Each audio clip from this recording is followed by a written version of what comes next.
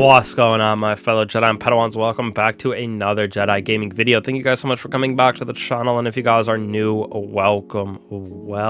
Today we're going to be talking about some of the best ways to level up your pals as well as yourself inside a Palworld here, and then we're also going to cover some things like the areas on the map for each kind of level zone that you go into, plus what levels the tower bosses kind of suggest you be, or if I'm just kind of spitballing the way that I went and approached it, because there was definitely a nice limit where you hit that boss and you were like, ooh, I need to be higher. So starting us off on this list of things that'll help us to make ourselves and our pals go up in levels. First is that catching the 10 pals for each pal, or completing your Paldeck, if you will. When you catch that 10th pal, it stacks up that XP and it'll give you a nice chunk of that XP after you catch the 10th one. And the more you progress through your Paldeck,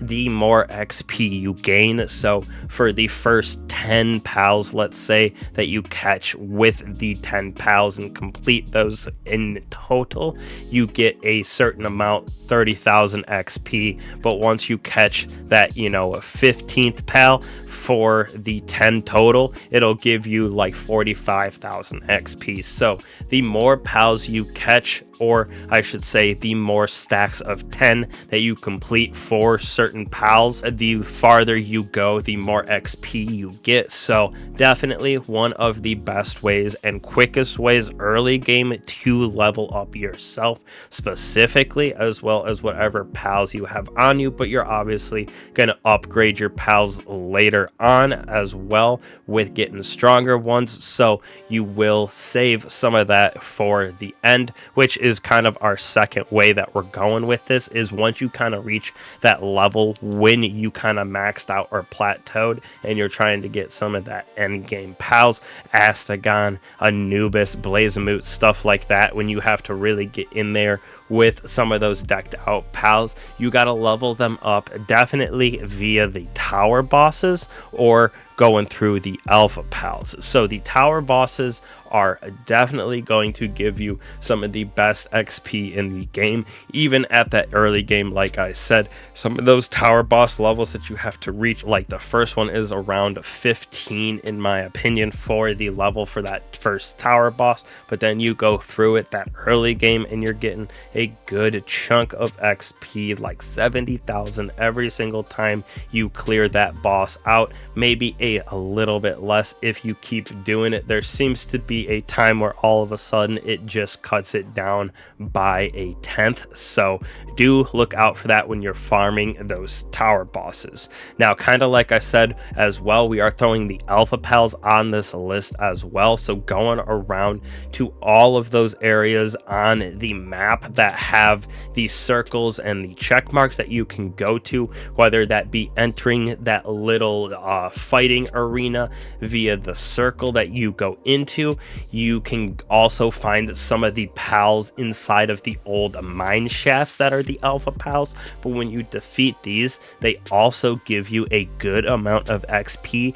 Plus, they do drop a good amount of materials that you can use to sell for gold, or even some of those legendary schematics. So it's kind of a two birds, one stone situation when you are leveling up with those alpha pal defeats. So it is a very good way. They are a lot easier and a lot less time consuming than the tower bosses, especially once you get up to those final 1 and 2, or I should say like the 4 and 5th tower bosses. They can take a little while to defeat, but you are getting a bunch of XP, hundreds of thousands of XP just from defeating them in that first couple times until it hits that limit like I talked about earlier. So definitely some different ways to level up yourself and your pals very fast. Our fourth way that I think is a very, very fast way to level up is those dungeons. So they are scattered all over the Palworld map. You can find them in all of the different areas at different level caps as well. But at the end end of these, one, they have an alpha pal, so that'll give you a good amount of XP. There is a bunch of different guards in there as well as pals, so you can go on catching sprees as well as defeat some of those officers in there. That'll just give you a good amount of loot and XP for those. Plus there is a bunch of chests around inside of there, with the N2 chest giving you some very good items like schematics and some of that nice high-end material that you can sell for a lot of gold. But definitely one of the ways that is very, very good to level yourself up, because it has that combination of all of that with catching pals, defeating some enemies with alpha pals at the very end, being a very good clutch. Now, when we talk about leveling, we don't just mean from 1 to 50 purely from that XP. When I think of leveling, we also have leveling up ourselves for our catch rate, which at the Statue of Power, you have to use those green limb monk effigies around the map to collect them, turn them in, and it raises your catching power. So just a normal ball at tier 1 will catch a certain amount of pals, but once you level up your catching rate to tier 10, that normal pal sphere will just be a little bit better, catch higher level pals in itself, so it gives you a better chance with that. So that is a little leveling up task for you, but you also have your pals with their stats and their pal skills. So one, you can also at the Statue of Power here use pal souls to level up your pal stats. So there's the 4 different categories you see right here. They go all the way up from 0 to plus 30% in each of these categories. So it is a good way to make some of your pals that you're going to use consistently with you, especially if you are going out there and farming some of those alpha tower bosses. You're going to want to use this to your advantage to have some of these super powerful pals by stacking out your HP, your attack, your defense, and then even your work speed with leaving pals at the bases is super nice, or having them with you, it doesn't matter. For the pal souls that you have to use, it isn't that crazy as well. So for one of these categories, it is 10 small souls, 6 medium, and 6 large. So that is a total of 40 for the small, 24 for the medium and large souls to get all 4 of these max out to 30. So that's not bad, especially since you get a lot of those higher tier pal souls from defeating your alpha pals as well as your dungeon bosses, and those chests inside of the dungeon seem to drop a lot better gear, whether it be the large pal souls or higher tier schematics. Now, on top of using pal souls, you can also use other pals of the same type to infuse into a pal to raise it up, which will, one,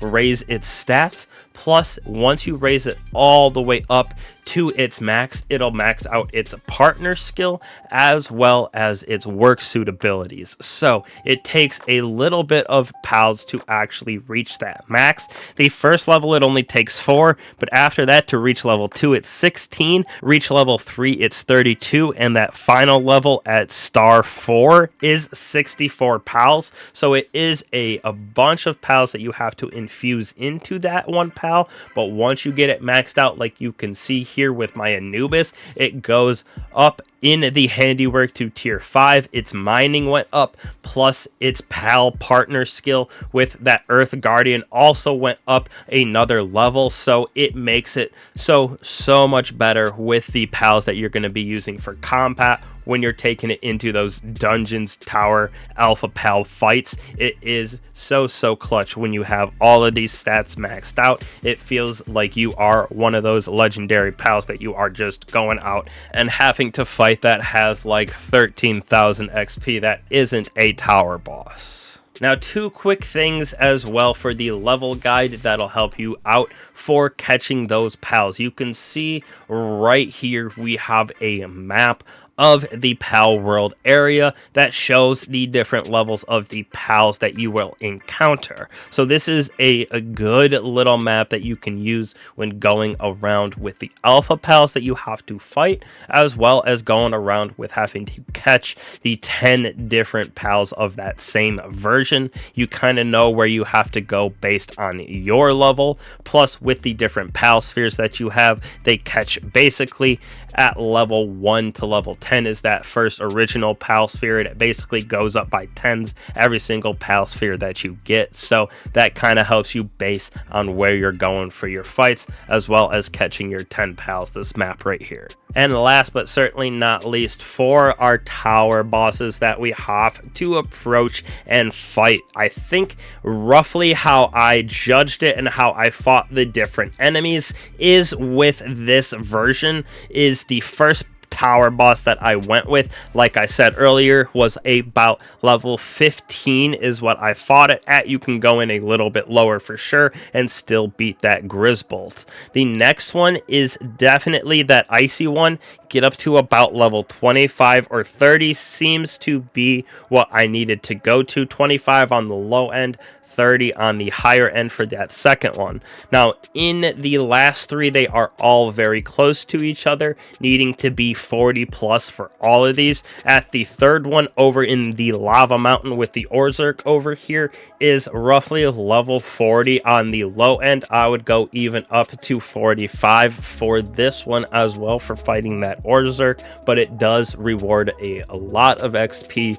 Use my Anubis here quite a bit to farm levels and XP for my pals, since we have our ground damage attack on this lightning being applied by the Anubis to our attacks as well. Absolutely maps this tower boss.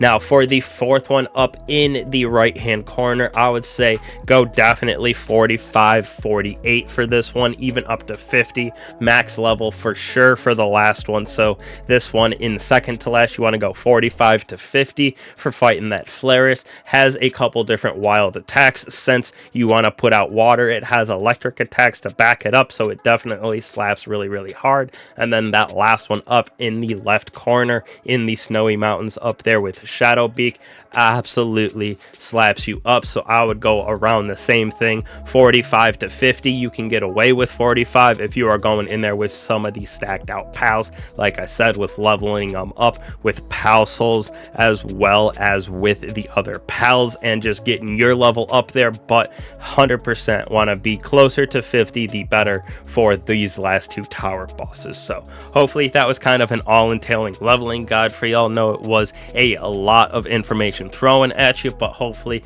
helped you guys out, grind out some of those levels early game, catching those pals, doing your tower bosses, your alpha pals, your dungeons, as well as just leveling up those pals in general. So I appreciate all that support on these Palworld videos as well as the Destiny ones. Don't be afraid to hit that like and subscribe button, hit that bell so you don't miss out on any of the content here on the channel. Appreciate all you guys. Again, I'll catch you guys in the next one. Peace.